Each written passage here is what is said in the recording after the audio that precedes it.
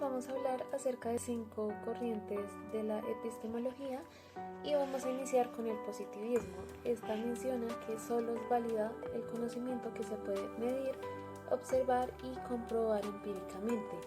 Continuamos con el materialismo histórico, el cual menciona que el conocimiento y la conciencia humana se explican desde las condiciones materiales y sociales, es decir, que la realidad está determinada por relaciones económicas y de poder.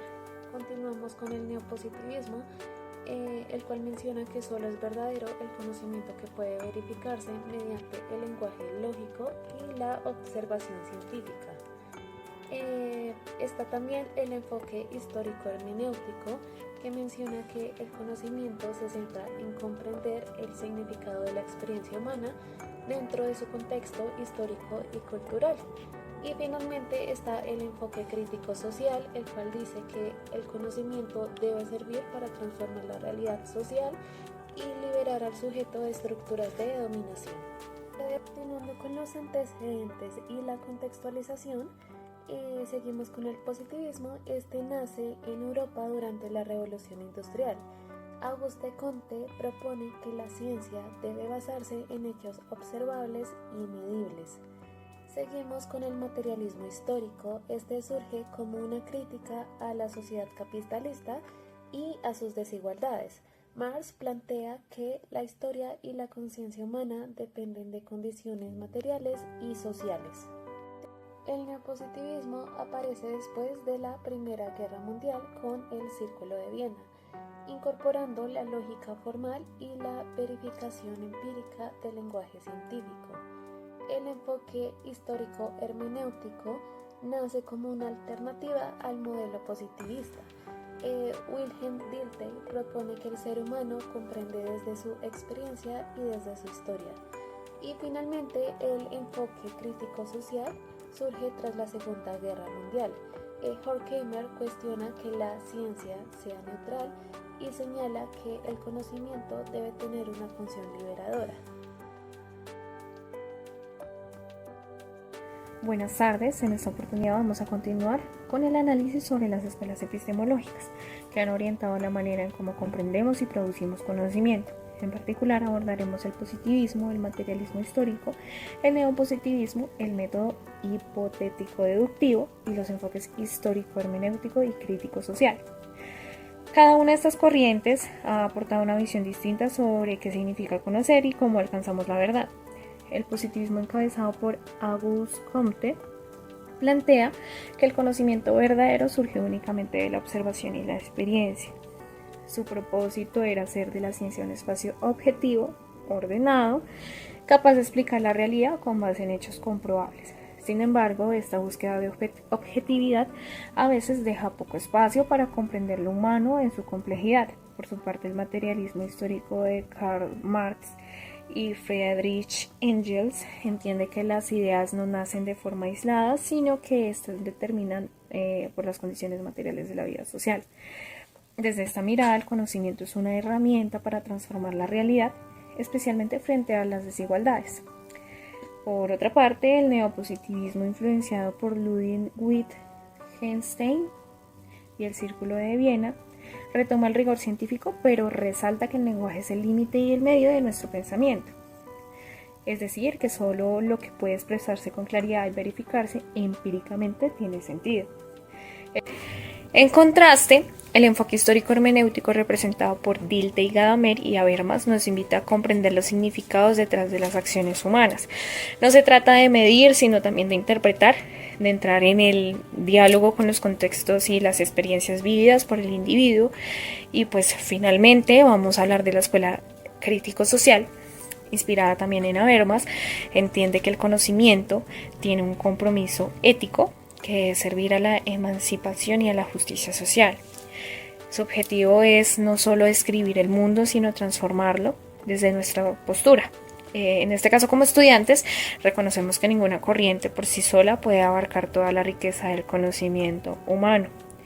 El desafío está también en integrar la rigurosidad del método científico, la comprensión profunda del humano y la crítica social que impulsa el cambio, Solo así el conocimiento puede volverse realmente significativo y contribuir al bienestar común. Gracias. Si traemos a colación las corrientes epistemológicas vistas en el segundo corte para analizar el caso, podemos abordarlo desde cada una de ellas de la siguiente manera. Si lo vemos desde el positivismo y la visión de Auguste Comte, se diría que la IA solo puede aprender como los humanos si sus procesos se pueden observar, medir y comprobar científicamente. Ventajas: es exacto y lógico. Desventajas: no logra entender las emociones, valores o lo que sienten los humanos.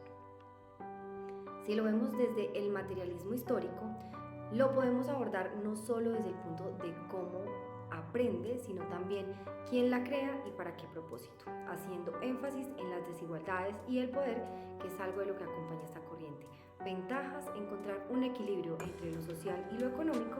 Desventajas: la IA podría estar más centrada en lo económico, alejándose de lo social. Si lo abordamos desde la perspectiva del neopositivismo, que considera verdadero solo lo que puede probarse con datos o lógica, destacaría que la IA aprende siguiendo reglas lógicas y procesos verificables, pero no podría hacerlo desde la parte emocional o simbólica. Ventajas: rigurosidad y objetividad, también pensamiento lógico.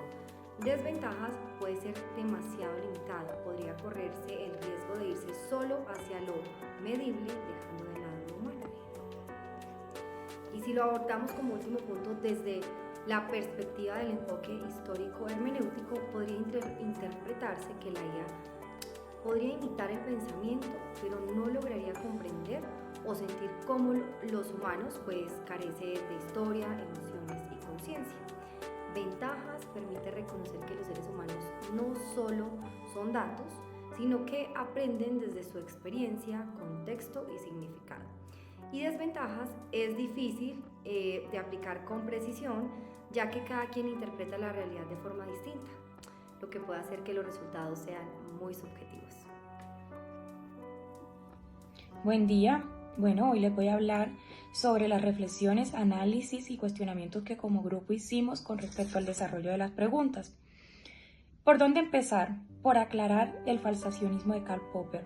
¿Por qué? Porque no consiste en negar todo solamente o en contradecir, ni en entrar en un relativismo, por el contrario.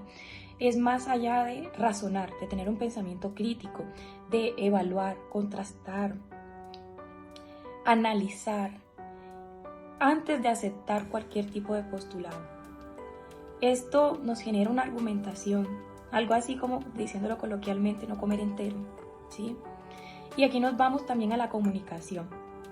Wittgenstein habla de la comunicación y hoy en día no solamente la vemos de manera en el ámbito verbal o no verbal, con las formas en las que tradicionalmente hemos vivido décadas atrás. Hoy en día también hablamos de lo que es el lenguaje digital, ¿sí? Y aquí vienen los iconos, las formas, las interpretaciones, cómo interpretamos, diagnosticamos, revisamos la información. Y en una época donde se está utilizando mucho la inteligencia artificial, esto es crucial. ¿Por qué? Porque estas herramientas de inteligencia artificial generan datos o información que humanamente requerirían más tiempo, pero también más análisis. Y también hay que resaltar que pues esa inteligencia artificial, pero hecha con inteligencia humana. Desde este punto podría llamarse beneficioso siempre y cuando pues tenga un propósito. Y aquí nos vamos a las escuelas de Frankfurt. Y hoy en día vemos cómo la razón está instrumentalizada, es decir, se utiliza más frente al beneficio o la utilidad que en el sentido mismo y el sentido propio. Y aquí tenemos que hablar también de las creencias y el peso de las personas, porque sea de manera subjetiva o objetiva, esto es lo que mueve o moviliza ciertos movimientos, perdón la redundancia, para que las personas hagan ciertos postulados o bajo las que se basen ciertas creencias. La ciencia no compite con esto, la ciencia realmente lo que busca es encontrar esa verdad, pero no una verdad absoluta porque mediante el tiempo se va modificando, sino tener unas garantías que establezcan un método científico. Y aquí para finalizar vamos a hablar de Auguste Comte. Y es ¿Cuál es el uso de esta inteligencia para el progreso? Y creo que la inteligencia artificial, siempre y cuando no traslade la inteligencia humana y no reemplace ciertas conexiones sociales, que es lo que vemos hoy en día, sino que sirva para apoyo para la ciencia, se puede ver como evolución o como progreso. No obstante, utilizarla para cosas mínimas, simples o de nuestra vida diaria que no requieren mayor esfuerzo, es desperdiciar nuestro talento y también nuestras posiciones y nuestro pensamiento crítico. Espero que todas estas ideas que consolidamos como grupo se visualicen en este video de una manera en la que buscamos la conexión, la sinergia y de paso también confrontarnos a nosotros mismos.